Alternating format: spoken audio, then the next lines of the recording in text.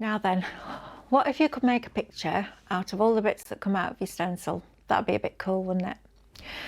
Well, how about that?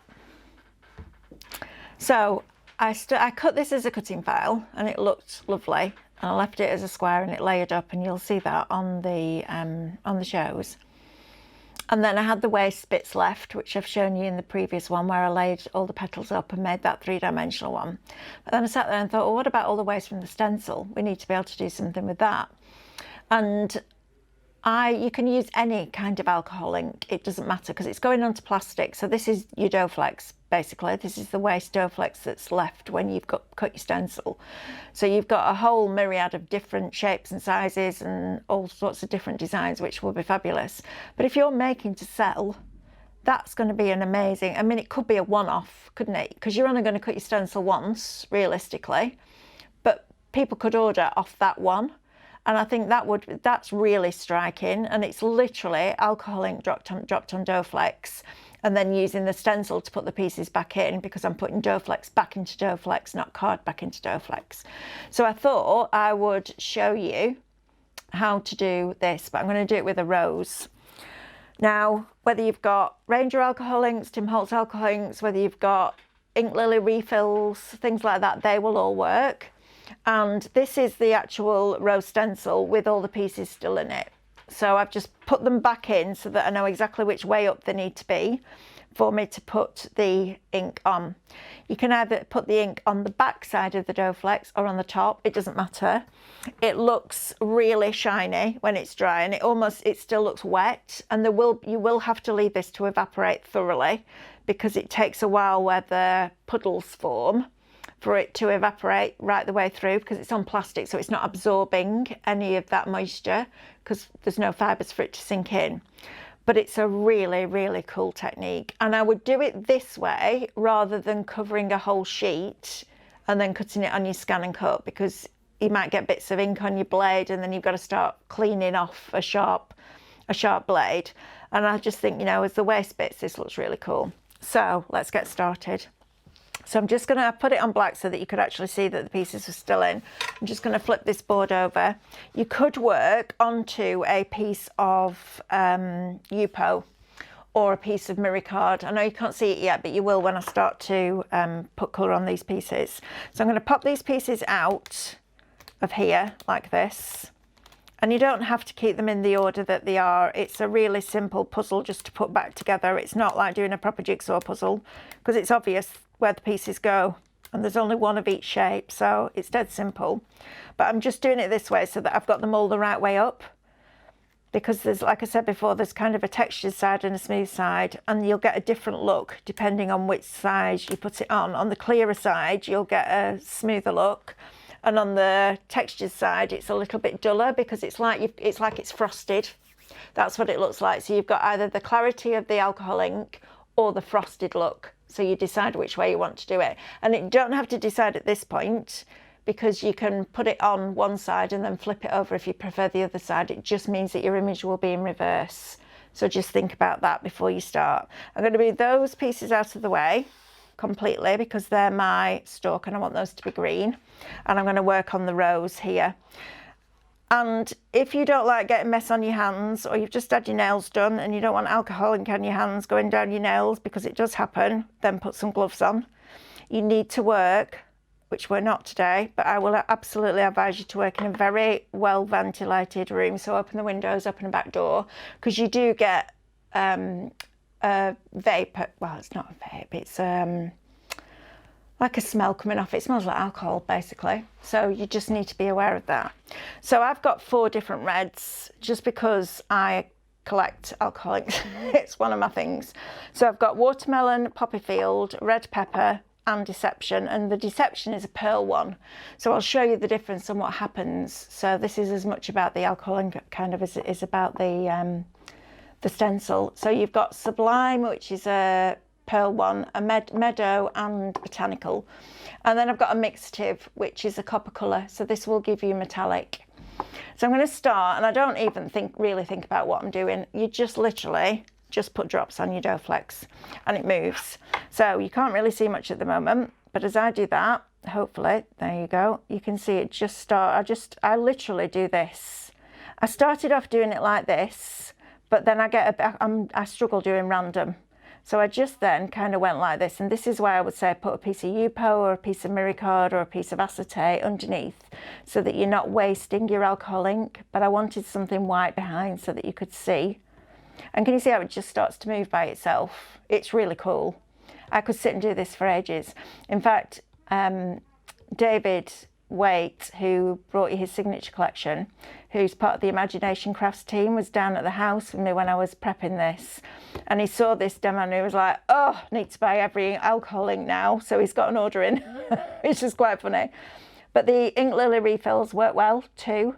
I just couldn't get to the back of the cupboard to get them all out, but you can absolutely use those. So if you've joined that education program and you've bought refills, you can absolutely use those as well. But any alcohol ink that you've got, you can use. I'm not using any blender. I'm not putting any blending solution or isopropyl alcohol on. This is just on plastic. It's just doing its thing. And we're going to do one with Yupo as well, so that you can see the difference, because it's interesting, the different looks that you get. So I'm trying not to waste my ink or splash my cream jumper. I probably won't get away with that one. I'm just literally going to just drop some on there. Okay, don't need to be precise. We want that colour to just naturally move. And then I'm going to go in with Poppy Field, and I'm just going to add a few more drops of this on here. So this is a slightly darker red. So just go in, and it will move the ink underneath. So you don't need to be precise. Just let it do its thing. You've no control over it whatsoever. It will go where it goes, and it will spread where it spreads, which is you've got to just go with it. And that's quite hard when you like me and you like to be precise, but actually it's really good fun. So give it a go, because it just makes you try something different. It takes you out your comfort zone a little bit, and it looks amazing when it's done. I was really, there was lots of happy clapping going on and squealing going on when I did this. I was like, this is amazing. I'm not wasting anything, because we know that, you have to buy dough flakes to cut your stencils if you're using paste and stuff. So we want to get the most out of them, don't we? And if you buy stencils ready cut, you don't get all these bits. Whereas with this, it's like, how many techniques can you do with one stencil? It's phenomenal. I love it. Right, so I'm just going to drop that on there.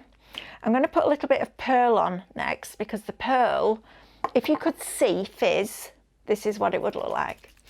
It's a really strange thing. It looks like it's fizzing, but it also means that because you've got a pearl essence, it's almost like a mica at the bottom, you need to shake it so that ball bearing moves that mica.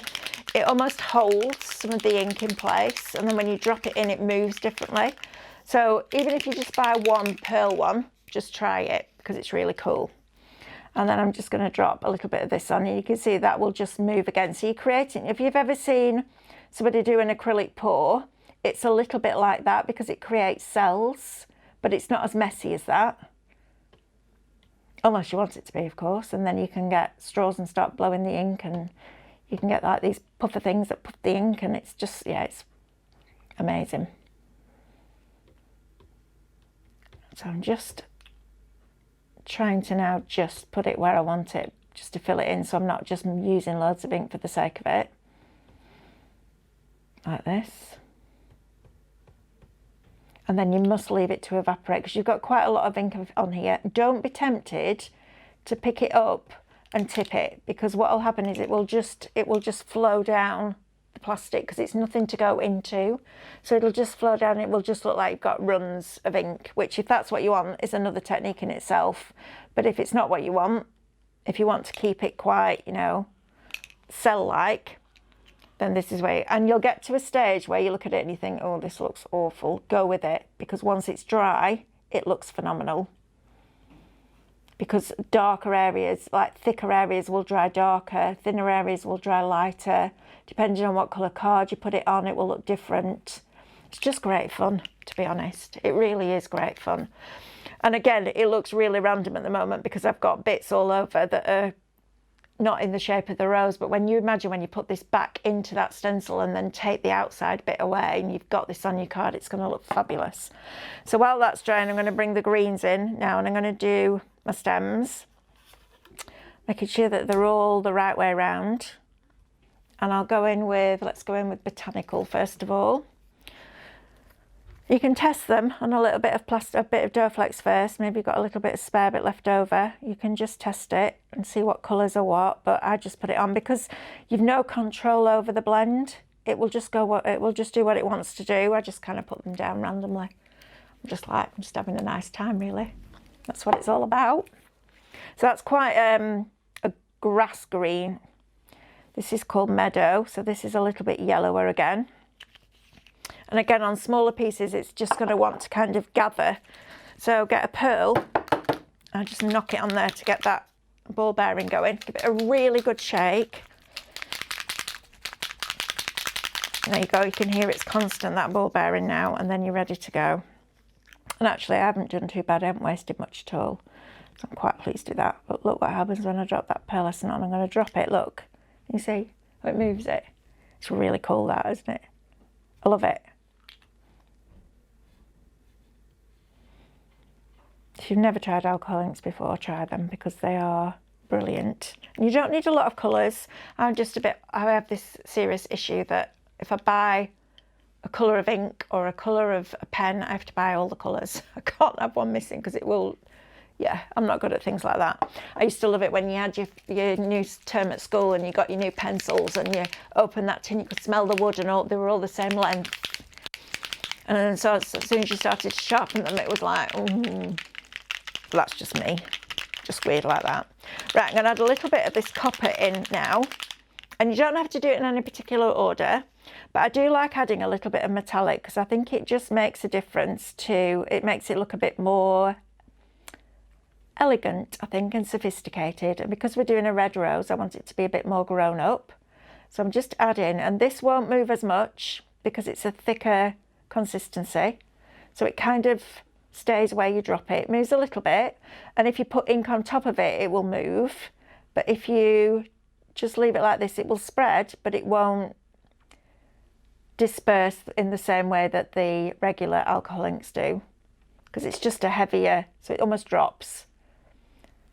But you just get a really nice look to it. And you can see you can be really precise with the bottles. You don't tip it up and it floods out everywhere.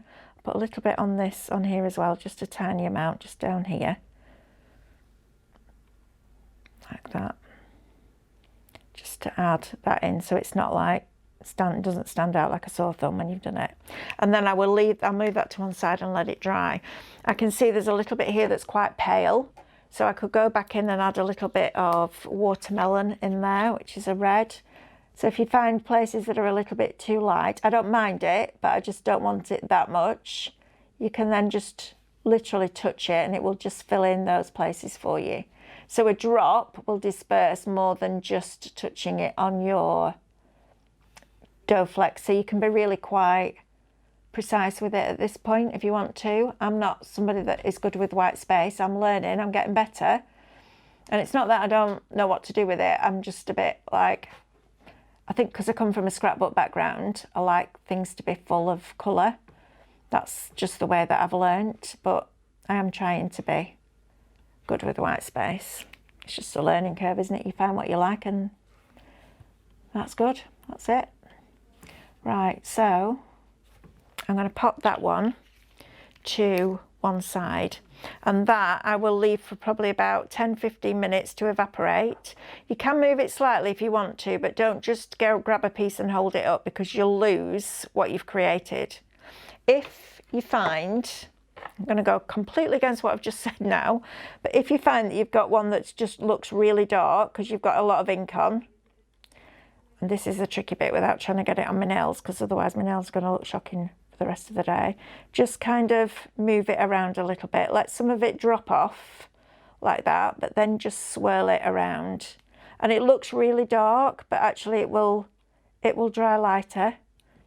So we can leave that and just move these little bits away. Right, I'm going to put that to one side. I'm going to let that completely evaporate. And when it's done, we'll come back and I'll show you how you put it into a project. Okay, now then, we're back again. So this is now completely dried, although I've just realised I missed one piece, so I've just done it, so I have to remember to put that piece in last. So this is going to be the rose, and then this is the stem and the foliage for that rose. So you can take those pieces and put them back in with your stencil in place. However, you have to use a glue, and you have to be very aware of which glue you're using and which side of the dough flex you're using it on. So this is the All Stick from Pinflair. This is what Christine would describe as hot glue in a bottle, but we don't want the heat because it will melt the plastic. So I use this, but it is solvent based. So if you use it on the side that you've put the ink on, it's going to affect the ink. So you need to make sure that you put it on the other side. And I find that if I put this onto the dough flex pieces and then put them back in here, this glue rather, could stick the stencil down permanently. So I'm going to do what we did before, and I'm going to draw inside the stencil. So I've given this a couple of quick blasts with the Cadence stencil spray, but you could use your stencil glue. So I'm just going to go ahead and draw inside these shapes, and you're not going to see it because I'm drawing inside a shape, so it will be smaller than the actual piece of dough flex anyway. So I just found that this was the way that I like to do it, and I'm not being precise about this. I am just literally, you can see I'm missing bits and all sorts here, but I just want to get this bit done for you, and then we can start to piece the rose back together. I haven't even done a sample for this one, so I've no idea what it looks like, but I think it's going to look really cool. And you could put this on top of a metallic cardstock if you wanted to, because the glue actually rubs away. So if you get it where you don't want it, it will rub away. So that's a good idea as well, because maybe some of the alcohol ink is a little bit lighter in areas than others, depending on the colours that you're using. So the colour that you then put the pieces back onto could show through. The other thing that you can do with alcohol ink while it's still tacky, and there's a difference between this all looks dry, but the way that you test it, if I put my finger on top and it doesn't leave a fingerprint, I know that it's completely dry. Sometimes it'll look like it is, and you'll touch it and you'll leave a fingerprint in it. At the fingerprint point, so you could test it on a scrap piece of dough flex, you can drop gilding flakes in or foil, and it will pick up on the tackiness of it before it completely dries. So that's a really nice technique as well. So that would be good to try. If you've got, like, when we do the tattoo-lace foiling and you've got loads of bits left over, you could use those leftover bits and it would look really, really nice. Or the bits after you've done your gilding flake techniques, that sort of thing. So there's lots of options. It's because the alcohol ink is going onto plastic, it stays tacky, which is great. I'm also going to show you alcohol inks on Yupo as well in the next demonstration, so that you can see the difference between the dough flex and the Yupo. Right, so I've drawn that in. Now I really have gone off kilter there, so I'm going to hope that that doesn't show, but if it does, you'll have to forgive me. So I'm going to peel this back now, and I'm going to start putting, and this stencil spray, unless you wash your stencil, you'll get 4 or 5 presses out of this. So don't just think, oh well, that's it, now I have to put more spray on. You really don't. So now what I do, and this is going to take a little while, but it's worth doing because I want you to see a full demonstration of this. So if I show you it from the front there, you can see it's really quite vibrant and vivid. The colours are really nice and strong, and that works perfectly. So you can see there, can you see how it goes really, really dark red, and it's almost got that shine to it, which is fabulous. So you get those different, it's almost like textured without being textured. If I turn it around and you look at the frosted side, it's a completely different look. So if you want to do, when you pick your first piece up and you think, actually, I like the other side better, you can do that, but you just need to be aware of which side you're putting your alcohol ink on, because you don't want to have to then put your glue on top of it. So just think about it before you start your project. But you can see that looks more frosted than vibrant, and I want the vibrant side because I'm all about the colour. So I'm going to pop some of this on here. I am not going, let me just grab this properly with my tweezers. I'm not going to go right to the edge. I'm just going to put glue almost in the centre of it, because when you press this down, that glue's liquid, it's going to move. It's not like it hasn't got anywhere to sink into, so all the glue that you put on is going to stick onto this paper, so you just need to be aware of that as well. And then I'm just going to line it up and press it down with my tweezers, just easily, just pop it down like that, and then we can just go through and put all these pieces on. So it's a really nice kind of thing to sit down, rainy afternoon, not much on TV, just sit down, and or after you come in from work and you've had a busy day, just sit down and do a bit of playing. And it's not, I mean, this is unheard of for me. Obviously I'm washing my hands regularly and sanitising, but this is unheard of for me not to have ink everywhere by now. So it's not messy as you would think it is. So just give it a go, because I think you'll love it. But just remember, if you don't like the smell, you need to work in a ventilated space, because it does have an aroma to it, because it is alcohol ink. So yeah, it can smell a bit like you've had a bottle of wine in the afternoon. Or like a brewery, actually, with the amount that I do. So I'm going to prop that down onto there like that. And once it's evaporated, that alcohol, it's not going anywhere. So I can put my tweezers on it and it's not going to damage it. Then we want this piece. It doesn't matter what order you do them in. I'm just literally sticking them down, because I think it's lovely for you to see in real time what it looks like. And it doesn't take forever. You know, it's not one of these, oh, it's going to take 3 days to complete it. You'll have it done. It's just a really nice way of using up all the waste bits from your stencil. Now you're going to see that grey line there. That's my fault, because I went a bit gung-ho at it, but you'll have more time at home.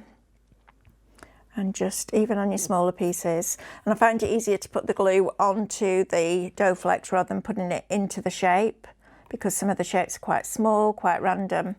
So you just pop it on there. Just be aware that if it's not completely evaporated, can you see I'm picking bits up on my finger, so just be aware of that, because it will transfer. So I would leave it for a good 2 to 3 hours, just to be absolutely sure. It probably won't take anywhere near that long, but I don't want you to spoil your work just for the sake of leaving it to dry for a bit, really. So again, I'm just positioning it. And the great thing about using a glue like this is that it gives you that movement, and also because it's plastic and it's not grabbing, you've got time to work it. So if you don't get it quite right, you can move it, but just go in there and it's really obvious where the pieces go. You know, it's not trying to do a 1,000 piece jigsaw without a picture. It's nothing like that. It's just easy. A little bit. And that one's got a lot more red and not a lot of the other colours on, but I'm all right with that, because I want that almost like mosaic look, like you've, you know, cut it out of a tile, like a really detailed tile. Don't worry about these stringy bits either. We can get rid of those with a heat gun. So you could just put your heat gun on it on a low setting. It won't melt the dough flex at that temperature, and it will just get rid of all those stringy bits for you. Same with your hot glue gun. You know, if you're using a hot glue gun, I won't use it for this, but on any of your other projects, if you get strings everywhere, just put your heat tool on it. So I'm just going to work my way through these. Starting to look lovely though. You could put this on a tile. Actually, it would look really nice on a tile. Not necessarily a tile that you're going to wipe down, but something for your wall or on a canvas or in a box frame, things like that. Just really different. And people will be like, how on earth have you done that? And it's really simple, but it is very, very, very effective. Just different ideas for you, really.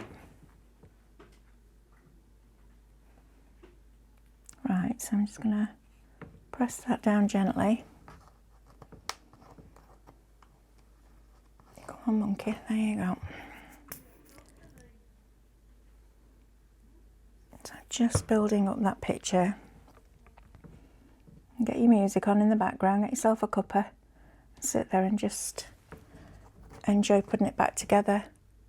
And again, like a lot of, you know, things when you're doing, well, we're going to put in brackets mixed media, because we are using different mediums. So this is absolutely what they talk about. We've got plastic, we've got alcohol ink, we've got glue, we've got card. That's all it is.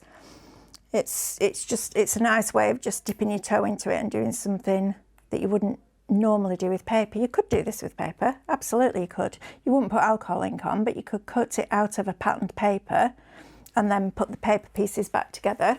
That would be a nice option as well. And like I say, once you start doing one technique and you have one idea, then you start as a crafty, you're like, oh, well, I wonder if it will work with this, and I wonder if it'll work with that, and you just try it and share those ideas with us up at the Innovation Hub, because we're always really keen to see what you've done and what you've achieved. So it would be lovely to see what you come up with as well, and share ideas. And then if there's an incredibly clever idea, I can go on air and go, such and such a body sent this into the iHub, and we can all share together, which is what crafting is all about, isn't it? It's about that community, which is fab. So last few bits now, we're getting there. You will find with this glue, can you see how stringy it goes when it starts to dry on the top? So just every now and again, just wipe the top over and then rub your fingers together and all those bits just disappear. But you don't want to be creating stringy bits just for the sake of it, okay? You want to just make sure that you can keep it as clean as you can, like that. Now it's just stringing. I'll put that down there. And then this one. And if you want to add more definition to this, once it's all dried, you could go around the edge with a fine liner if you wanted to. You could go around with a metallic pen if you wanted to.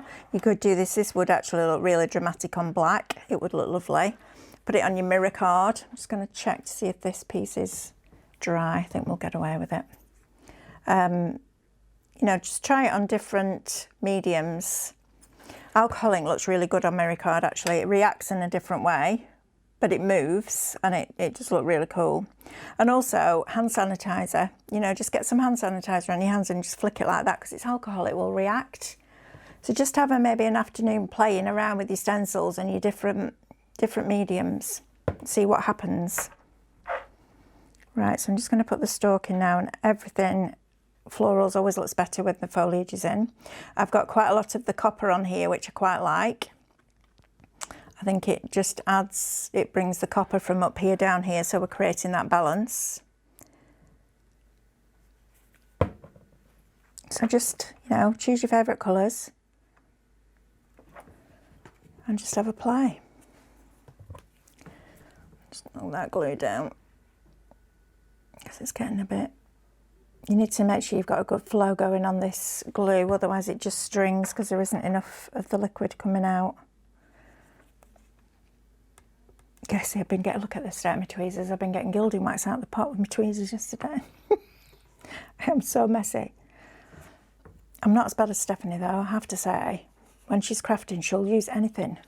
Like anything, whatever's closest to her, she'll use. Makes me laugh.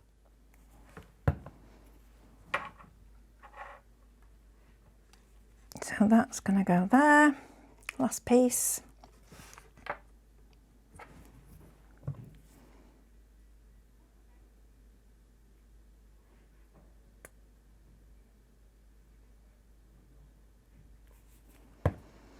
And that's going to go down there like that. Okay, I'm just going to pick up any excess glue that I've got here on my tweezers, because I've got a nice fine point. And there is your finished rose. Then you would crop that down, mountain layer it, and then you've got your rose. But look how effective that looks. And that's bits of waste of your stencil. Isn't that just lovely? And really different. You know, you imagine that on black would look phenomenal. On gold mirror card it would look amazing, and then in a box frame that would just look lovely as a piece of wall art. And I think you've got several different flower heads. You've got a dandelion, you've got a rose, you've got the bud of the rose, you've got the bud opening, so you could have three. So the tight bud, the opening bud, and then the finished rose. So that's definitely one that I would recommend you try.